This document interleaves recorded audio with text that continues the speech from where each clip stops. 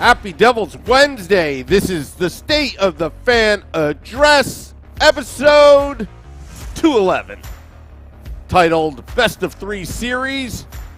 Streaming live on Facebook Live, YouTube Live, Twitter Live, and Twitch on the Let's Go Devils Network. Coming to you live from the Primetime Radio Studios in North Jersey and South Jersey, as the Devils have come back in this series, which is why we labeled this the Best of Three series.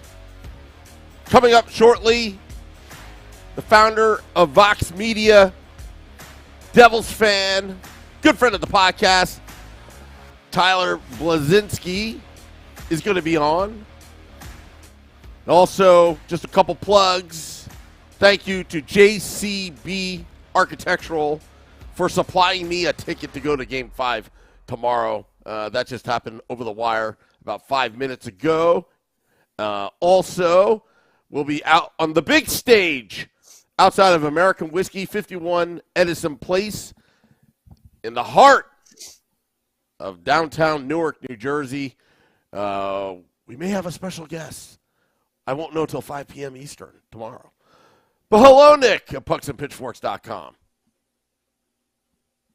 Howdy, sir. How you doing? Good. I'm so happy, Sam. I'm just so happy. You know, last week we were a little somber. We were a little humbled, right? You know, That was the title. That was the title of the podcast, actually.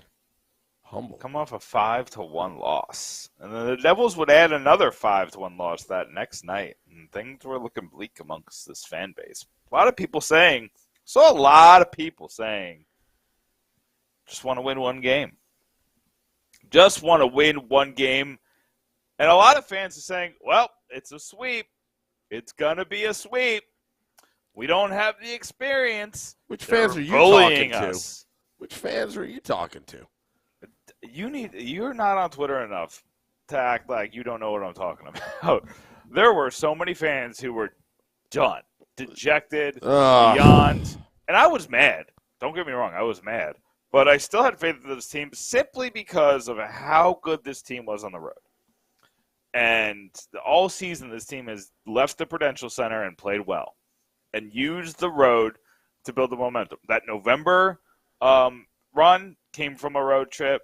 The January run came from a long road trip and really sparked them after a terrible December.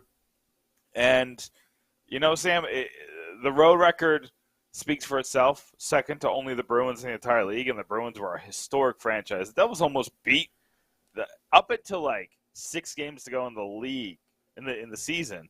The Devils had a chance to have the greatest road record of all time. You know, things kind of like fell off the wagon a little bit in 2 of those road games, but to be in that conversation, you know, you have a lot of confidence on the road. Now I don't know what's going to happen the next game. But, you know, Sam, this is one of those nights. We're already ready for our guests. This is a great night. We got Tyler Blazinski on the show, and I believe he's ready, right? Oh, he's ready. Yes, so let's bring him on. I want to talk about this. I want to talk about the dynamic that we're dealing with right here. Tyler, how you doing? I'm doing fantastic. And let me just say thank you so much for having me on this week and not last week, because it's a lot. You would have caught a lot different of a mood and a vibe last week than this week. So we actually had Ryan Novozinski on last week. So it was interesting. It was great to talk to him because we got to talk about his piece on Curtis Lazar. That was really cool. And there was a couple things that like Ryan did that, you know, kind of got us our mind off of how terrible that Rangers game was. But I got to ask you, Tyler, let's go back there. What was your mood? Since Sam doesn't believe me when I say the fan base was at a low point, what was your mood after Thursday last week? You know, it's funny because I've been trying to approach the playoffs with everything that happens from here on out is kind of gravy, because it was a historic season. Franchise record points, franchise record wins. Jack Hughes shatters the franchise record for points in a season.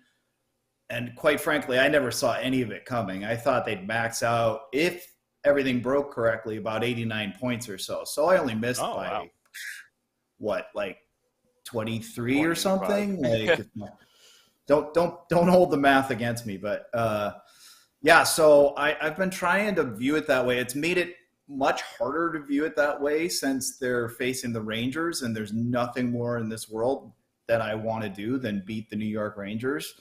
So that's made that difficult for me from a personal perspective, but it made it a little bit more easy to swallow going down 2-0. I wasn't crazy about the way that they were playing in New Jersey at all. They just did not look like themselves from the regular season. They looked like they were trying to do something that they weren't. They weren't getting to speed. The ironic part about it is the Rangers were playing a 1-3-1 or a 1-2-2 most of the game, most of the 2 games in Newark. And I was thinking, how ironic is it that they're kind of using a form of the trap against the Devils, and they're frustrating. Is he going to say it? Is he going to mention the dreaded word? Well, we don't call it that anymore because it's became a swear word for the NHL to say the trap. But and it's always been associated with the Devils, so it's a little ironic that other teams now employ it more frequently than the Devils did. But I kind of appreciate the fact that the Devils gave the Rangers a little bit of their own medicine when they went into the Madison Square Garden. Yeah, so absolutely. Yeah, I was a little despondent, but I did tell my daughter, because my daughter's a really big Devils fan, and she tends to overreact and feel like she wants to jump off a cliff whenever the Devils lose 1 game in the regular season, never mind 2 games in the playoffs. But I did tell her they've been a better road team all year. They've been one of the best road teams in the NHL. Jack seems to love playing at MSG in front of those Ranger fans, so you never know what's going to happen. Hockey's a crazy sport. So now that the Devils are tied up in the series, they played their game for the past 2 games. How do you feel about the series? Like, what do you think is going to happen starting tomorrow night? You know what?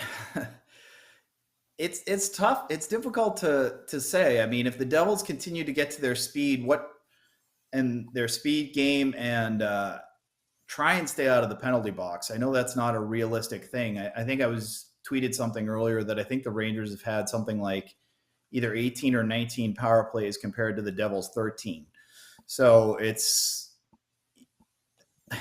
don't want to be one of those conspiracy theorists, but New York is the biggest market in the entire league. The NHL offices do overlook Madison Square Garden. I don't know. Maybe, they might love having the Rangers maybe against, some league star like Connor McDavid in the finals. But so you never know.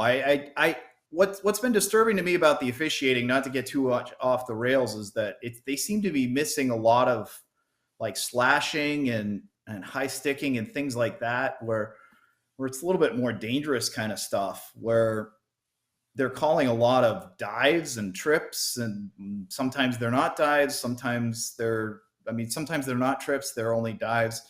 I think of the Patrick Kane moment when Graves ran into him and he acted like he'd been shot from a sniper in the upper deck. And then he just kept rubbing his jaw like it hurt so bad. So I don't know.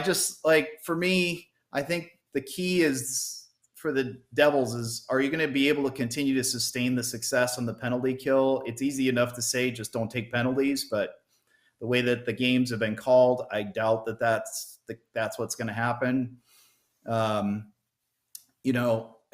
It's weird to me that on both teams, there have been players that have kind of been oddly quiet in terms of goal production. You look at the Devils, you haven't got a Nico goal yet, despite the fact that him and Timo and Jesper have been kind of owning the puck and one of the top lines in the league since Lindy put them together. It's interesting. Timo himself doesn't have a goal. Jesper doesn't have a goal. But if you look on the Rangers side, Mika Zibanejad doesn't have a goal. Artemi Panarin, it's just with all of the talent that's on both sides, it's kind of shocking to me that they've kind of settled into this defensive war right now. And I don't mind it because I think Nico's one of the best defensive forwards in the entire NHL, and I think he can stand toe-to-toe with anyone, and I think Jack is going to get his points no matter what. So I don't know. I don't mind playing this way. I feel good about it. I think a lot is going to hinge on whether or not Schmid the kid is for real or not.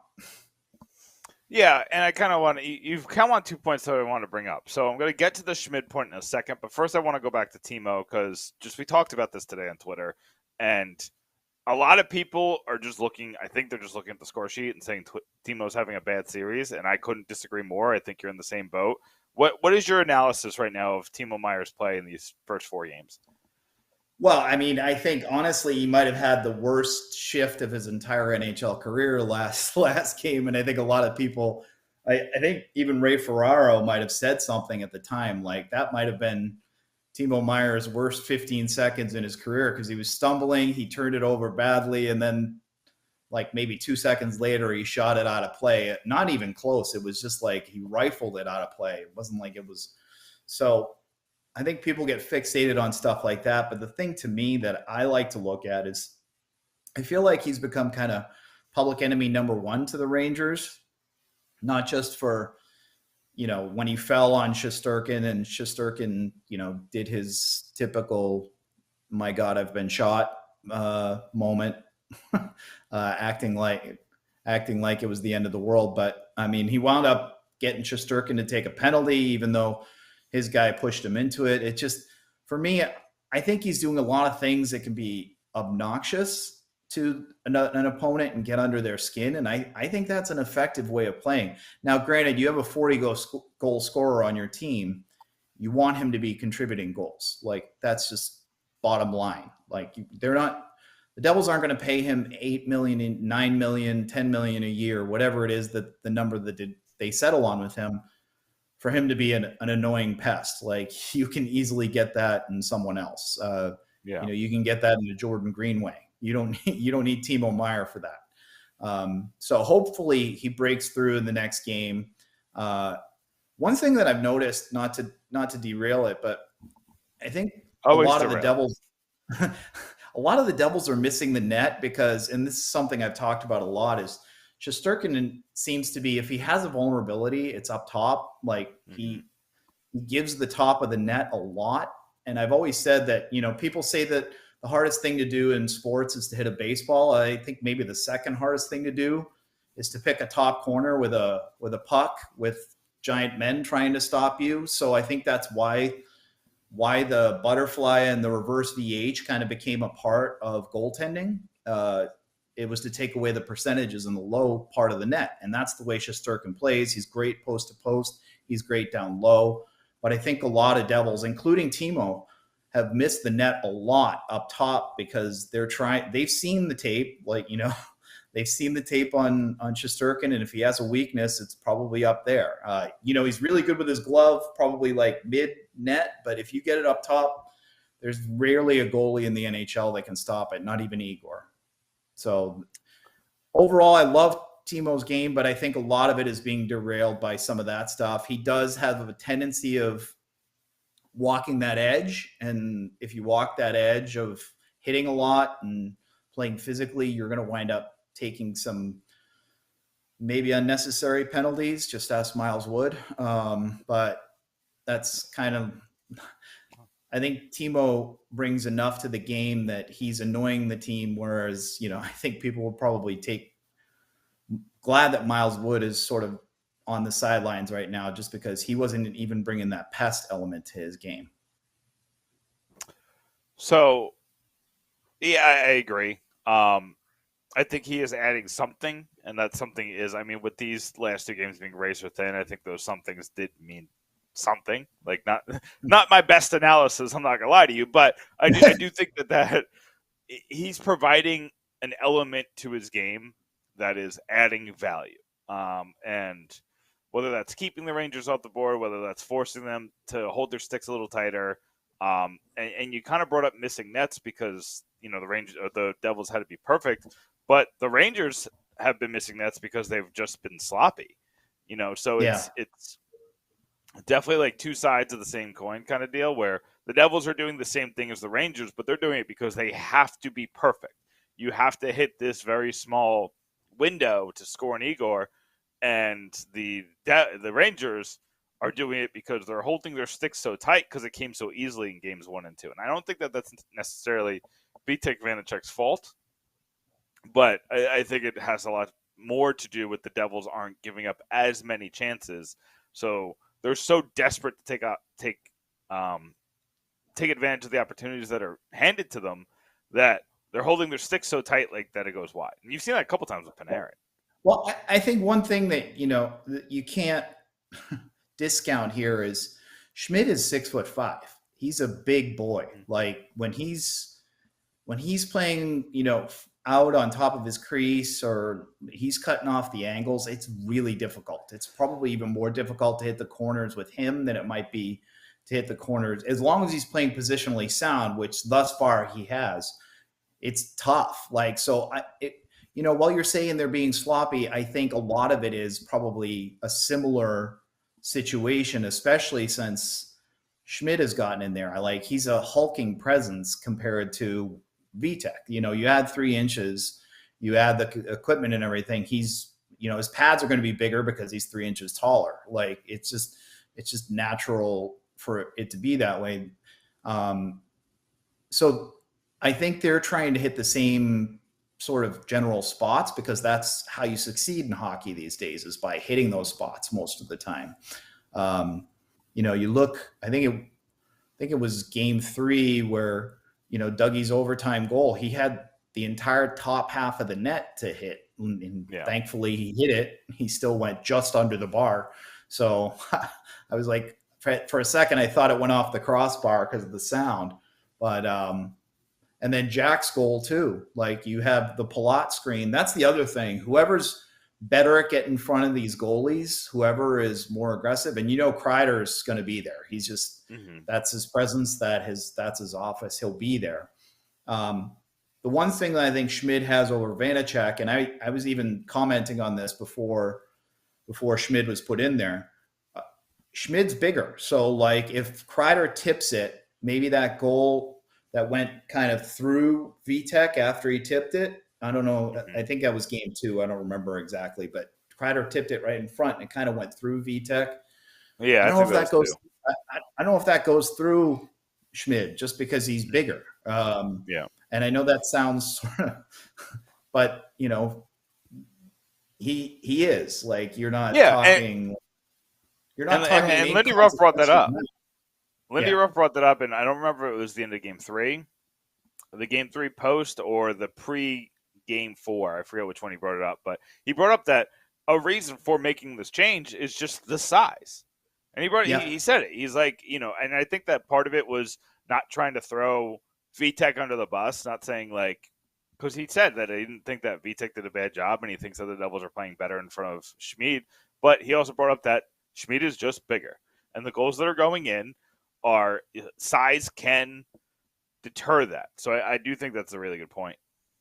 Yeah, and that's something that I've thought for a while. When you think about Schmid, like his ability to move, he can move pretty quickly from post to post for a big guy. He can cover the bottom of the net. He's got a very good glove. It was a little unnerving the number of times that the puck popped out of his glove in the last game, because I think the game before he really was good about snatching the pucks, and that's always been one of my big problems with Mackenzie Blackwood is Mac Black could never seem to like cleanly catch a puck. I was like, somebody just needs to go out and play shortstop practice with him all day or something. I don't know, but yeah, I know the trappers are a little bit stiffer and sometimes more difficult to use these days, but man, like if he doesn't catch some of those pucks cleanly and leave some fat rebounds, you're going to have guys just crashing on top of them. So hopefully that part of it is a little more cleaned up. He did seem kind of controlled in some of his rebounds, like especially on his leg pads. He looked like he was purposely directing them off into the corner, or like he had a defenseman in front of him. He was kind of pushing them off to him. But that for me, I think Schmid is probably the most important element of the game right now. If he can continue doing what he's doing and stand toe to toe with Shesterkin, I think the Devils are the better 5-on-5 team. And then obviously the power play factors into it too. Can the Devils keep killing the power plays? Yeah, and so I got to ask you this. Kind of back to Schmid. Are you considering him next year as the starter if he continues this run? Like, say they win this series and lose to the Carolina Hurricanes or lose to the, dare I say, the Maple Leafs in the Eastern Conference Final or something like that. Are you riding Schmid for good now, like ignoring what Vitek Vanacek did in the regular season? Or do you think that, is it a competition? Like, how are you looking at it next year? Well, I think you have to deal with next year come training camp, honestly. Well, I'm just asking you, just in your personal opinion. My feeling is I honestly believe that Schmid can be the one that the Devils have been looking for since Marty. I guess Corey Schneider was very good for a period of time. Unfortunately, he played on some pretty terrible teams, but the truth is the Devils have been looking for somebody that they've drafted, they've developed, they've homegrown. It hasn't happened. And I think Schmid, and even I think Nico Dawes could. I love Nico Dawes. Could be in there too, because I subscribed to the AHL TV this year, and I've watched a ton of Utica Comets hockey. I guess I just can't get enough, but I've loved Nico Dawes, and I think Nico Dawes could. It would not surprise me at all in the next year or two. I think Vitek signed for 2 more years. If the Devils wind up running out Schmid and Nico, the problem, honestly, is that I do still believe that goaltending is voodoo, and I think a lot of people say that, and I think it's true because it's such a mental position. Most of these guys have similar talent levels. They have similar abilities. You've got some guys like Igor that are just out of this world in terms of their post-to-post lateral movement. Like that's just his anticipation, his reads of plays. Like those things can help a lot, like obviously. But I think a lot of the guys are very similar physically. I think a lot of goaltending is between the ears, more so than almost any position in sport. And I would love someday to do an interview with Martin Brodeur about this, because I would love to get his feelings on it, because I've long subscribed to the idea that goaltending is literally like 90% mental and 10% physical. Like it really is, because if you're feeling confident and you're feeling great about your game and you're seeing the puck well and all of those things, you're going to read and react better than you would if you let a bad goal in and you kind of let it get to your head. Like that's the other thing about the position, is that it's funny because earlier this year my son started playing hockey. Like he's 12, so he's a little bit late to it, but he couldn't figure out what position he wanted to play. He went in one day, he tried goaltending. Like somebody let him borrow a set of pads. Somebody let him, get in there for one day. And immediately after that, because he's been messing around like in the backyard, just playing street hockey or whatever, he said to me, I don't ever want to play that position again because there's way too much pressure on me.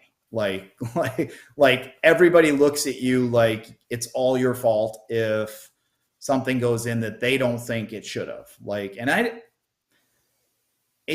It reinforced, even from like a 12-year-old's perspective, that it's such a hard position.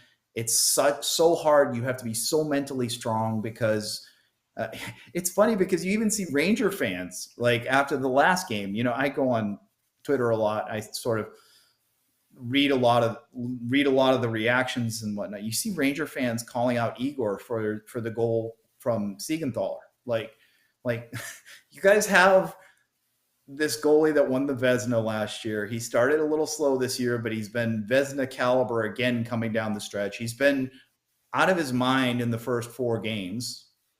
Granted, the Devils haven't always tested him the way that they should. And yet they're immediately questioning this guy who has proven himself pretty damn well as a great goalie for 2 years now, 2 years plus. And yet that's just like the high caliber. Imagine the amount of pressure that must be on somebody. Yeah. So that's absolutely. sort of where I leave. If Schmid has it between the ears, which I believe he does based on what everybody says about how cool, calm, and collected he is, how icy he is when it comes to like just being calm, and like the dude just went into Madison Square Garden, stopped something like 56 out of 58 shots. It might be 57 out of 59, whatever it is. Mm-hmm. I think it was an odd number. And won 2 games. Like yep.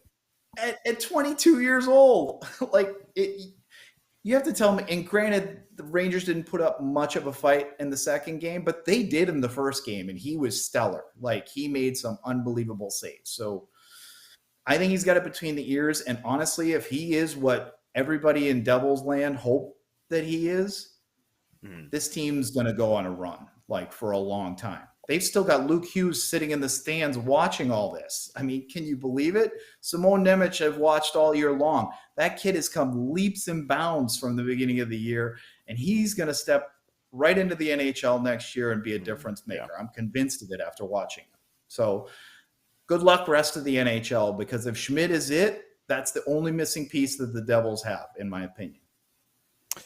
I'm going to ask you a quick AHL question, and you can be very quick with this. But what do you think about Riley Walsh? Is this an NHL guy? Because I don't know what to do with him. I thought he should have been dangled at the trade deadline, because I don't know what to do with him. He's gotten a lot better, but I don't know where to put him.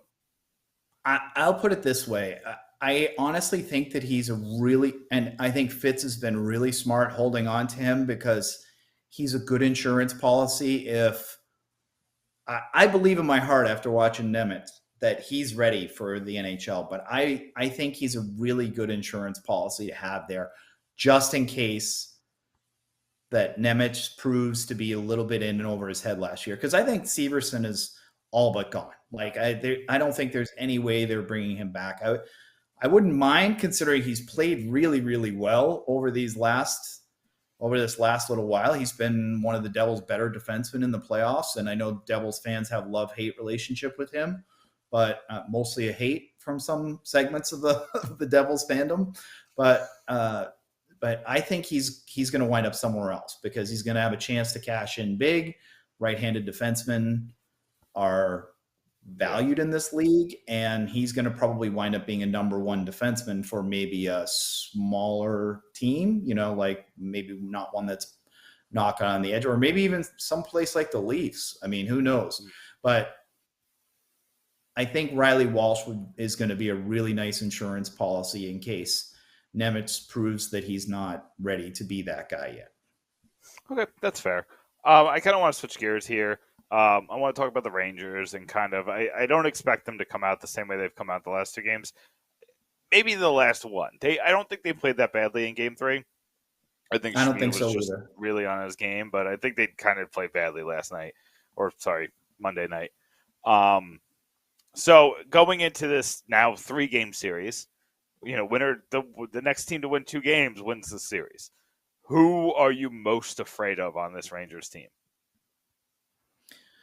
Well, I think the easy answer for any Devils fan would be Chris Kreider, considering what he's done already. But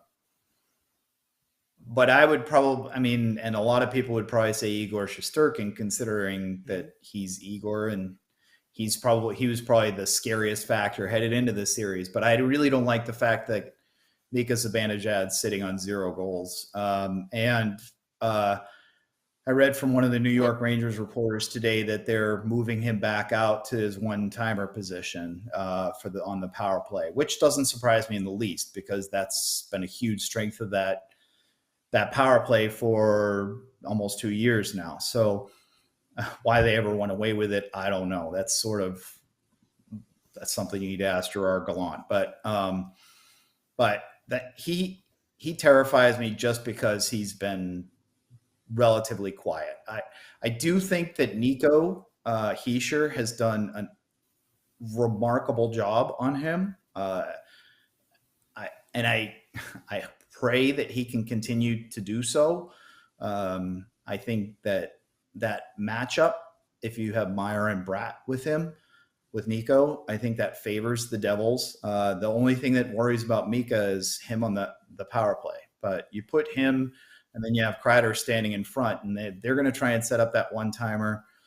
Fox will try and loft it in from their power play is scary to try and design to stop, which is why I'm very impressed. If there's anything that has impressed me about Lindy Ruff this series, and I don't know if it was him, I don't know if it was Ryan McGill, I don't know who it was, but they made really good adjustments in New York to stop that power play, and because it's a really challenging one to even think. I mean, they should be given the talent on it. Although I don't know if I would play Patrick Kane on it. I think Tarasenko is probably a better choice because it gives you two different one-timer opportunities, and Panarin and Kane are similar style players in terms of their passing ability. So, but maybe they just want more passing, and they see Mika and Kreider and Fox as kind of the trigger men. But still, that's to me, Mika sitting on 0 goals is what has me scared right now. But I have faith in Nico to continue to be able to outplay that line 5-on-5, and it's even better headed into Prudential Center because Lindy will have the last change. But there'll be times when Mika's going to get stuck out there against Jack. There's going to be times when he gets out there against, maybe Michael McLeod and the third line, sometimes Lazar even. You just got to make sure that you play that line very well and very tight defensively. Marino's been an unbelievable stud, especially the last 2 games as well. So hopefully Marino, it continues. I'm not gonna lie to you. I thought Marino was gonna come out in the exit interviews and say he hurt something, his knee or his ankle, or because he was making decisions that seemed to be compensating for something. And we've heard this so many times where like players struggle in the playoffs and they come to the exit interviews and they have a torn meniscus or a shoulder contusion or whatever. I'm not a doctor, but I could say I played one on TV, I guess. But it was, so he was playing so badly towards like if you look at his first half of the year and the second half of the year, he looked like different players. And then the playoffs in those first 2 games, there was just a couple plays. I was like, "What is that?" Especially the Patrick Kane goal was just a terrible play. He was in a bad position and then made a stupid play. We passed it back to nobody, and Kane just kind of got a free breakaway. And maybe that woke him up. I thought that was the one that didn't they steal it off of Brad's stick because Brad had one hand in his stick. That's what I thought happened. Maybe I thought that was a different one. I know maybe that wasn't the Kane goal. I know there was a goal where John Marino just kind of threw it backwards because he was in the middle of the ice and a forward was coming, and Marino just kind of throw it back. But anyway, it was maybe it wasn't the Kane goal, maybe it was somebody else, but it definitely led to a goal.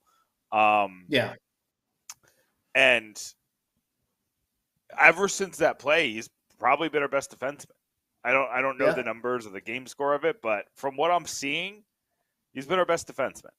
I think Siegenthaler's been much better, but Siegenthaler could probably have an argument because he almost broke the game score charts last game. So and obviously the goal and assist helped, but yeah, it's funny because both of them, I think this year, Siegenthaler's kind of had his ups and downs too. Marino has had ups and downs. I mean, he started the beginning of the year I was watching him thinking, good Lord, this kid is just lights out defending. And plus he's on top of the lights out defending. He's so good at getting the puck quickly out of the zone, which is such a skill these days. It's also one of the reasons why I've been a big advocate for trying to get Luke in there, because I think Luke helps move the puck out of the zone faster than most of the rest of the defensemen. Now, granted, it's probably not fair to a 19-year-old kid to expect him to come in and be that, but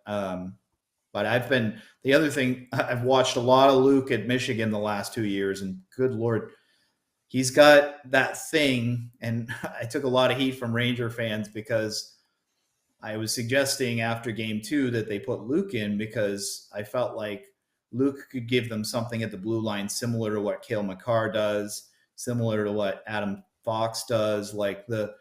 He does the shimmy shake at the blue line and then loses the defender better than any defenseman I've seen in this side of Cale Makar. Like, he's so good on his edges, and that's something that we'll probably have to wait until next year to learn. But I'm telling you right now, it's just special. It's just special what he does. It's special, and I love Jim and Ellen Hughes, and I wish they could have more babies.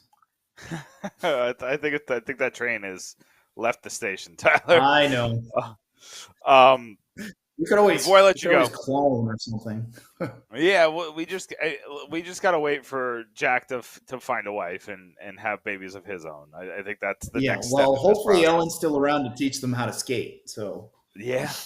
I mean, that's the thing, is that having the dad and the mom with such great hockey genetics, I think that's just that's where it came from. That's the difference between a lot of these player sons, and obviously like Keith Tkachuk has spawned some really great sons and a couple others, but man, the Hughes, something about that Hughes DNA really just kind of went off the charts.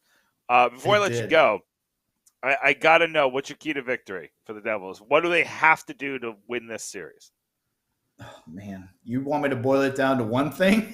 One thing, because that's one kind of thing. tough. Obviously a lot of things have to go right.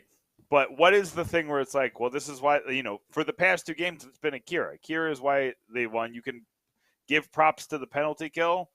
And maybe some people say the penalty kill. But in your opinion, what will I be saying to you in the offseason and be like, this is why they beat the Rangers? Oh, man. If I had to say one thing, it would probably be if their penalty killing remains solid. If their penalty killing does not remain solid and the Rangers start scoring power play goals again, then I think that's going to be the difference. Just because I do think that the Devils are just much better 5-on-5 than the Rangers are. I just do. I think they have better puck outside of Keandre Miller and Adam Fox. They pretty much the Devils have all of their defensemen can move the puck effectively. And I'm talking everyone from Siegenthaler to Ryan Graves to Marino. And I think Tom Fitzgerald, and obviously Dougie Hamilton, he purposely built this team this way so that he had defensemen that could get the puck quickly out of their zone. So to me, I think the Devils have a market edge 5-on-5. I think they just need to make sure that their penalty killing remains strong, because that Rangers power play is absolutely terrifying. I'd like to say that it comes down also to, if I could put a 1B, to Schmid matching Shesterkin save for save. If he can do that, and the penalty killing remains strong, which obviously Schmid is a huge part of it, then we'll see. But all this could blow up in our face tomorrow night if the Rangers score a bunch on Schmid and then we see Vanacek in Game 6. So who knows? But to me, the penalty killing to me is absolutely vital, because I'm a firm believer, and people can argue with me all they want, but I'm a firm believer that the Devils are a very good 5-on-5 team when they play their game. Tyler Blazinski, co-founder of SB Nation, Fox Media, current contributor to All About the Jersey. Tyler, I know you're still working on a bunch of things. I want to give you a couple minutes just to kind of promote what you got going on. Let everybody know where they can find your work. Well, let me just tell you one thing really quickly. I'm not officially involved in SB Nation anymore, outside of I write a weekly column for All About the Jersey. Mm-hmm. So it runs every Friday at 11 or 2 p.m. Eastern, 11 a.m. Pacific.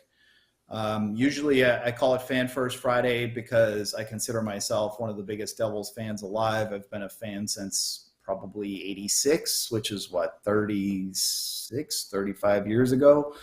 I've watched them through high highs. I've watched them through the lowest of lows. The lowest of lows probably being the last 10 years. At least they had an excuse when they moved to Jersey. They inherited a terrible team.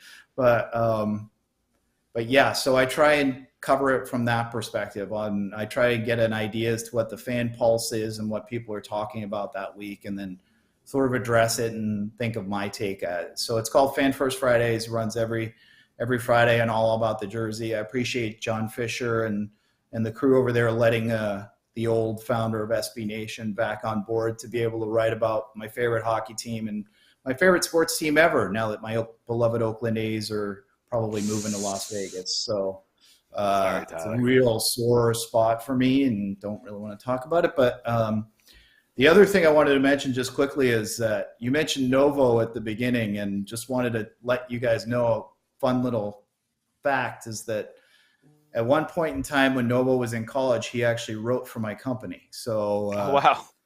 Yeah. So the world comes back together. The Devils is a small world. In strange way. But no, he was at the time, I think he was writing for our Oklahoma City Thunder blog, like in college, because he went, if I remember correctly, I think he went to college somewhere in Oklahoma. It might have been Oklahoma State. I don't remember where exactly, but yeah. So, and then the last game that I went to in Jersey, because I went to 4 of them in Jersey this year, I somehow talked my wife into allowing that. But we flew out there, went to and you know what? I went 6-1 in all the games that I went to this year. So nice.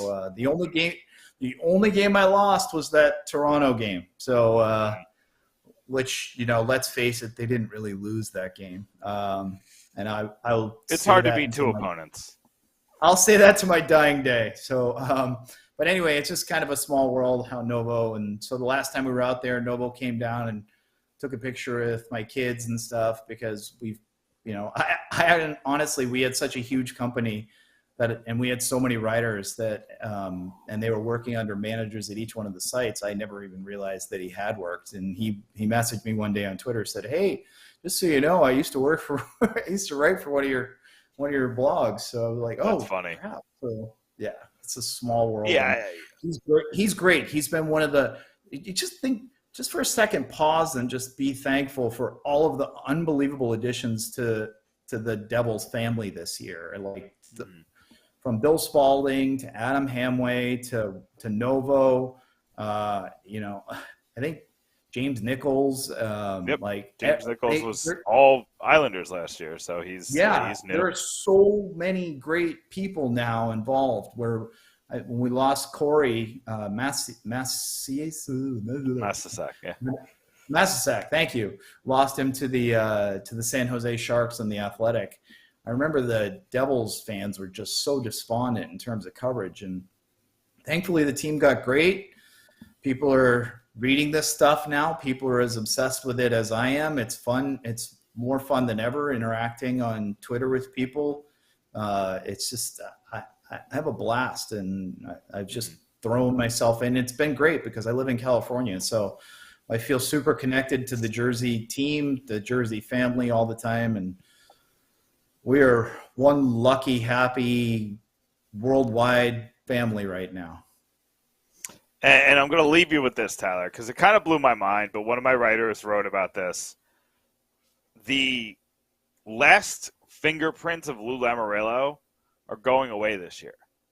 The last draft picks of the Lou era that are still a part of the Devils franchise are Miles Wood, Damon Severson, and Mackenzie Blackwood. And Blackwood, a lot of people would argue, was a Sherrill pick, but he was still part of the organization. Those are the last 3 Lou Lamoriello pieces. What do you think the odds are that Mac Black is back next year? I mean, he's a restricted free agent.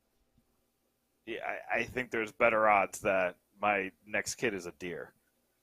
I think that there's better odds that I go buy a Powerball ticket and I win the Mega Millions. I think there's no chance in hell. They signed Tyler Brennan because Mac Black he's donezo. And no offense to him, if we didn't have Schmid, or Dawes or these NHL-ready AHL goalies or whatever he calls Schmid now, I would argue maybe there's some semblance of argument, but he can't stay healthy, and when he gets hurt, he's terrible. It's sad that his last performance is going to be allowing 11 or 4 goals and 11 shots, but it's just a reality. He's going to go somewhere and he might be good. He's going to go somewhere. Someone like the Leafs might give him a shot. Someone like Ottawa might give him a shot. I could see Ottawa doing the thing that the Leafs did this year, where they trade for a guy who's kind of in a rough spot. Ottawa's either going to go all in and trade for like Carter Hart and just spend to the moon to get the goalie, or they're going to do what the Leafs did, where they're going to get the veteran, like, I don't know. I can't think of the guy. Like, maybe Varlamov. I don't know what his status is. And then they're going to get, like... Yeah, he'll be a UFA after this year. Yeah. Well, or maybe they'll even go off to Samsonov. Didn't he sign a 1-year deal? I think Gibson's going to wind up somewhere, and I know a lot of people are down on John Gibson, but I think Gibson's going to wind up being a big piece somewhere. And I live near Anaheim, and I'll tell you this much, and I saw a lot of Ducks games.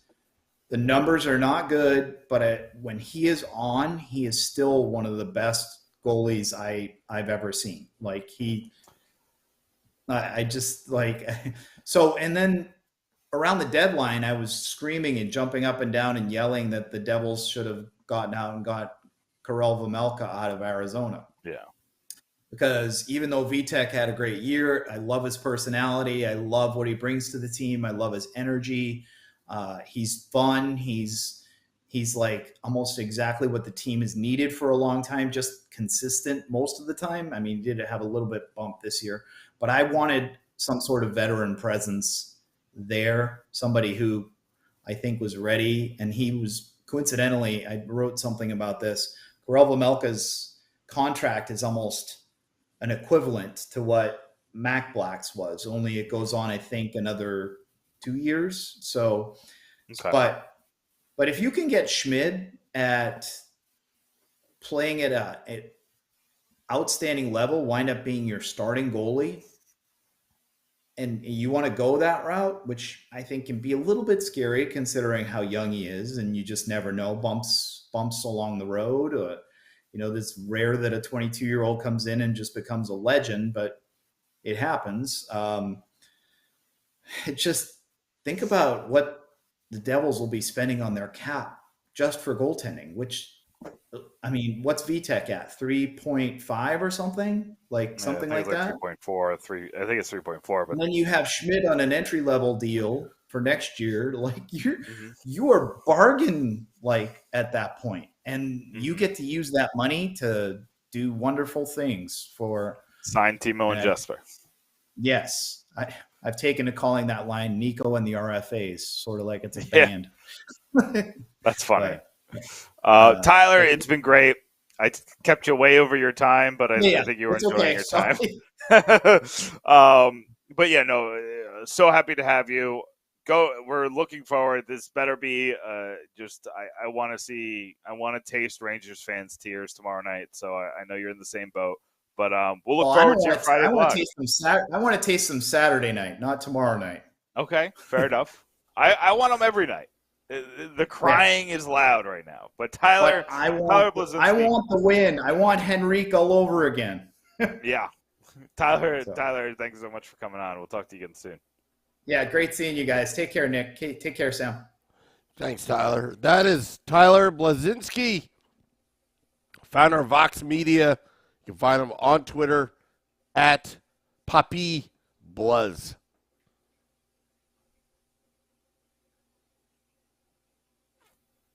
You can. That's where you can find him. Yeah, that's where you can find him. I was waiting for you to talk, Nick.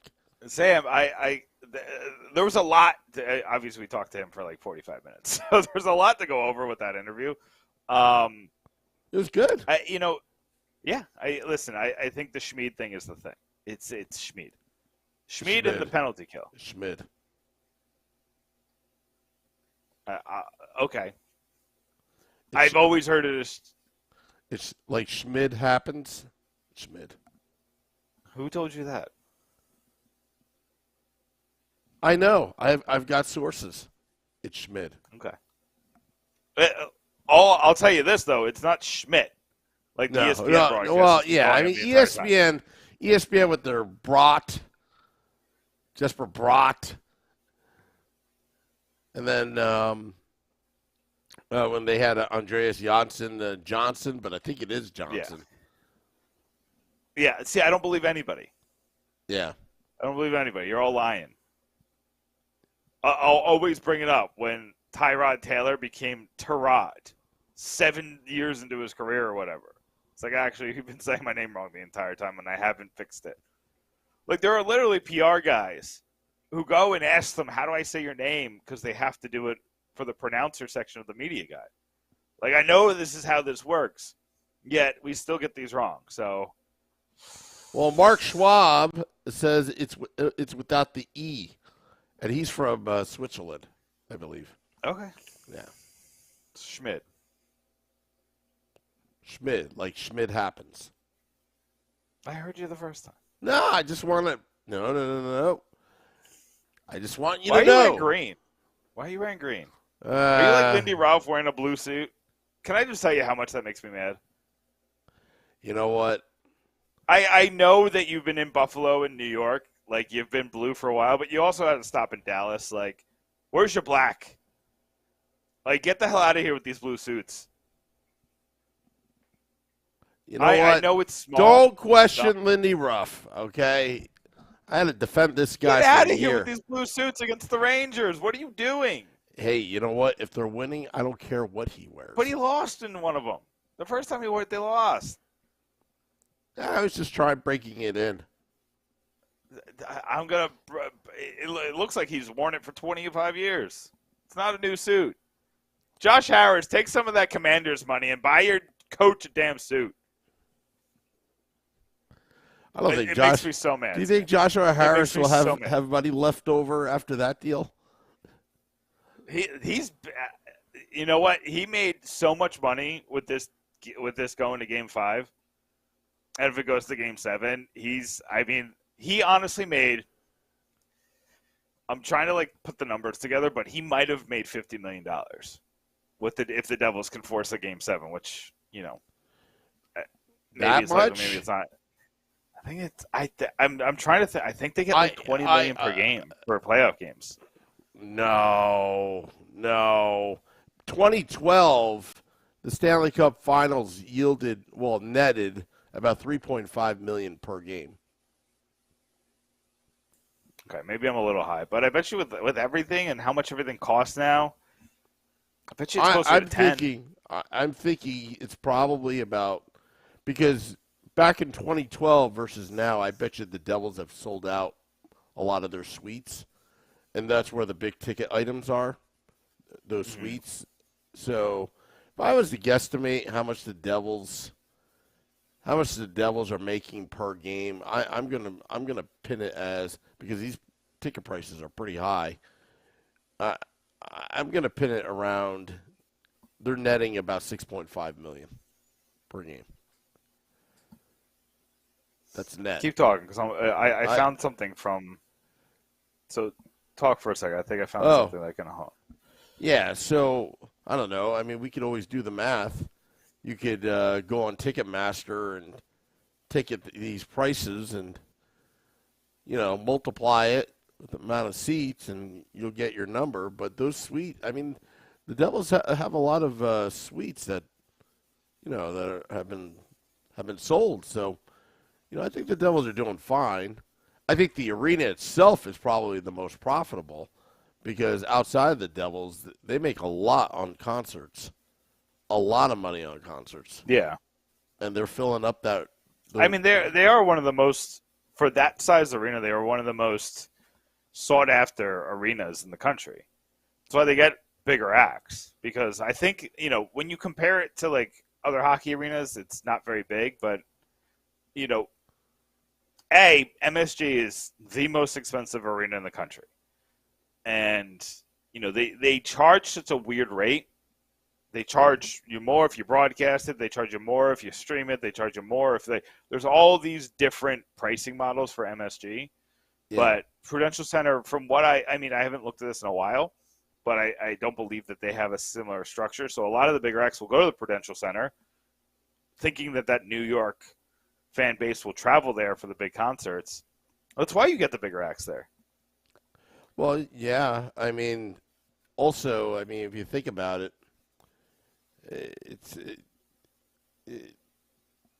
Prudential Center, they have a lot of dates to fill, outside of hockey, and they do very well.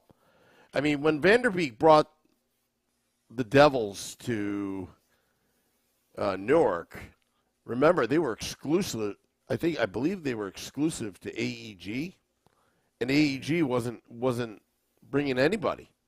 Which kind of screwed Vanderbeek in some respect. Yeah. They had an exclusive deal, but now I believe it's Live Nation that the Devils deal with to bring acts and all that, because Live Nation actually has all the acts. Yeah. Yeah, and I'm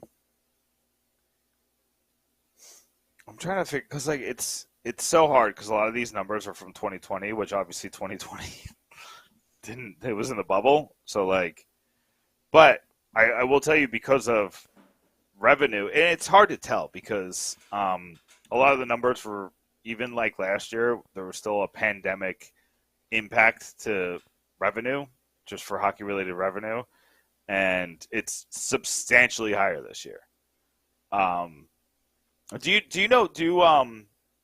Do teams get money for the broadcasting rights, or is that already paid for? Is that part of the package that they paid for initially? Well, if you're talking about Devils specifically, I think the MSG deal, is that what you're talking about? I'm more talking about the ESPN deal. The ESPN and the TNT deal. I'm sure they're making payments each year. You would assume. I'm curious if is the playoffs part of the original package that ESPN paid for? I'm sure it is, but I wonder if the payments to the team, if there's a different payout if the team makes the playoffs and they get extra, you know what I mean? Extra games in that way. I think that would actually, I don't think anybody would answer that question. Yeah. But I would assume yes, but it passes through the NHL. Passes through the league. Oh, and on top of it, you made a good point. The MSG revenue, they get an extra 6 games at least of MSG commercial revenue. Yeah. So from what not 6, because that one was exclusive ESPN, but at least 5, right? Yeah. Or is another one exclusive ESPN? I don't know. I got to look at it again because I know all these things are changing. At least 4 MSG specific revenue. They're making money hand over fist because of this. I would say I really, $20 million per game is high. You're right. But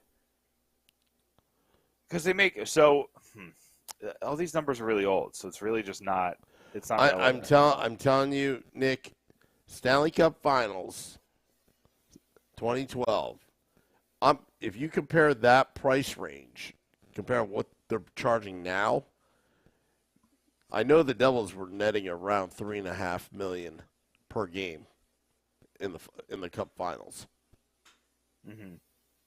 Don't ask me where I got that information from, but so if you take that, and I'm talking about net, I'm not talking revenue, but I could be wrong.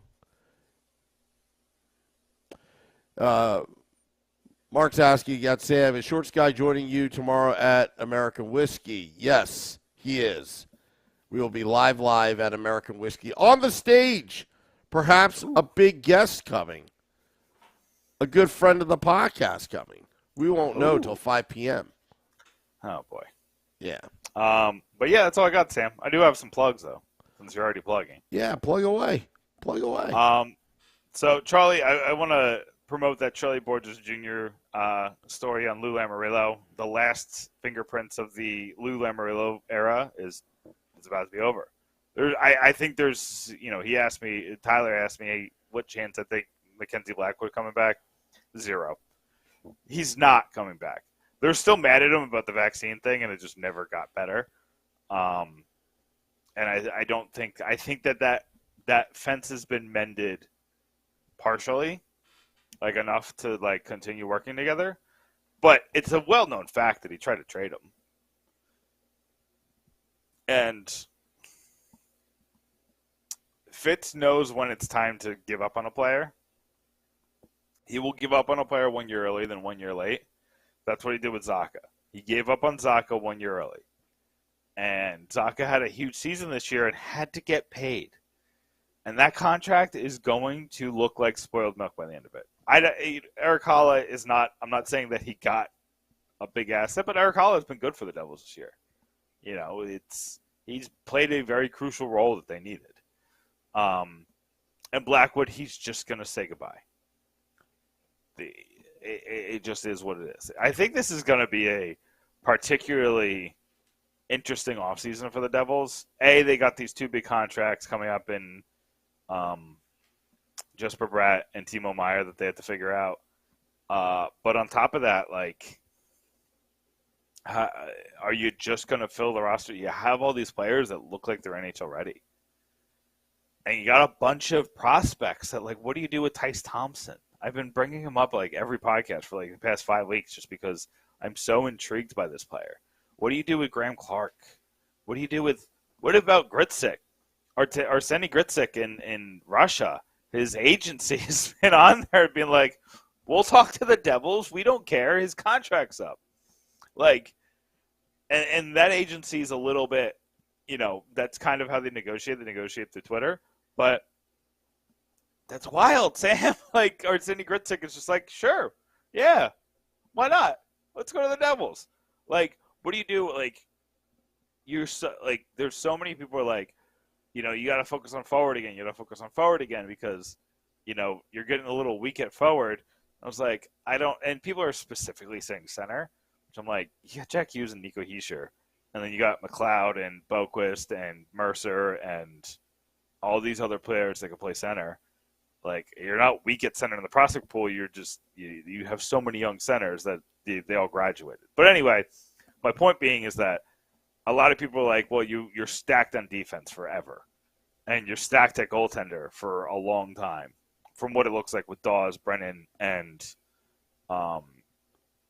Schmid. And then you got the guy. What's the overseas guy? Malik? Yeah, Malik too, who is always a guy who was going to be a development project. So there's 4 that can be something on top of Vitek Vanacek. So anyway, that was a long way to say go read Charlie Borges Jr.'s piece on the Lou Lamoriello ending. Lou Lamoriello era finally ending. It's over. You know, these are the last pieces. There's no way they re-sign Miles Wood. There's no way they re-sign David Severson. I wrote a piece about the 5 Rangers players the Devils must keep quiet to win the series. Kind of try to pick some interesting ones. It's not all the exact ones that you would think. There's some interesting ones in there.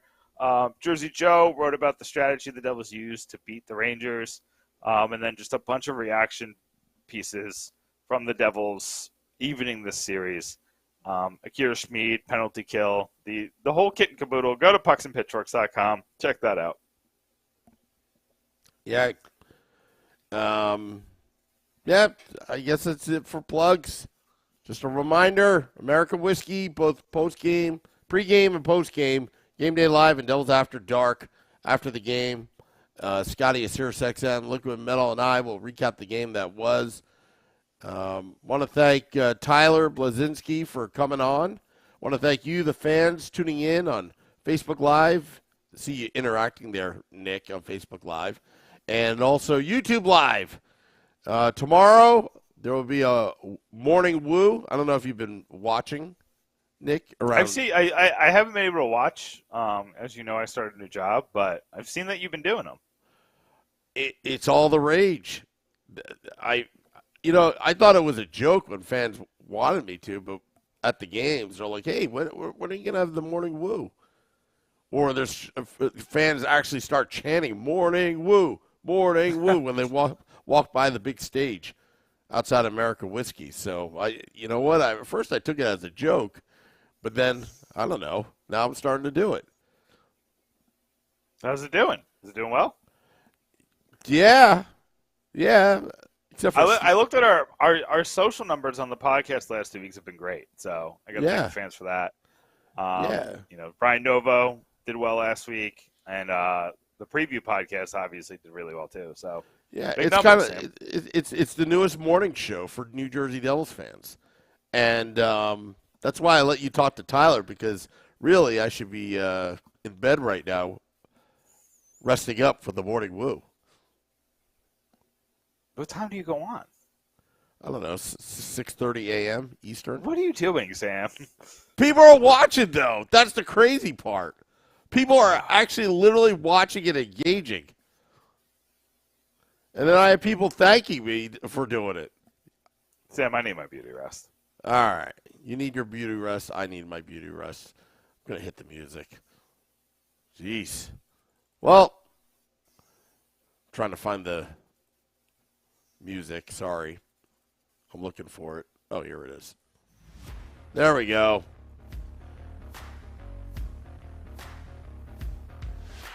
Steve Engel says, thanks, Sam, for your morning woo. Mr. Moo Guy says, snoring woo. Selected Boy likes the morning woo.